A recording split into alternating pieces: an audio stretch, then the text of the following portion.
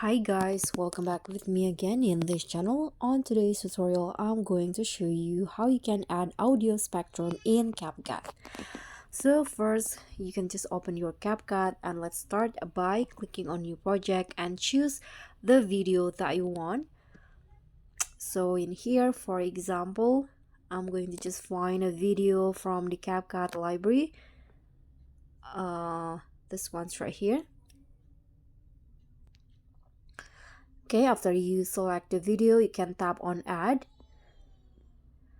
And this is the video that I choose. And I want to add the audio spectrum to this video. So what you need to do in here is just find the sticker options. Just swipe until you find stickers. Tap on that. And then click on this bell icon at the top. And then just scroll down until you find the audio spectrum in here. So if you find it difficult to see search manually, you can just click on the search column at the top and find audio spectrum in here, and you'll see lots of audio spectrum stickers that you can add. So for example, I'm going to add this audio spectrum stickers. Now you can just tap on a check icon and don't forget to adjust the length. And in here, adjust the size to how you like it and also the position. And you can duplicate it to have a longer audio spectrum. Then you'll see this result like this.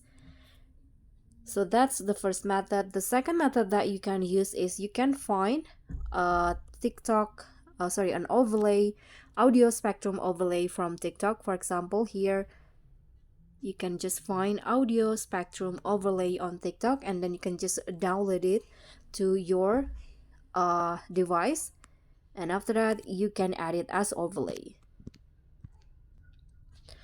So tap on overlay, add overlay, and then find the audio spectrum video that you downloaded. Tap on add.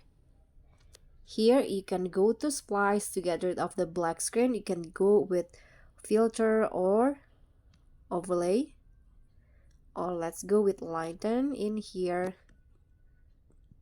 I think I'm going to go with filter.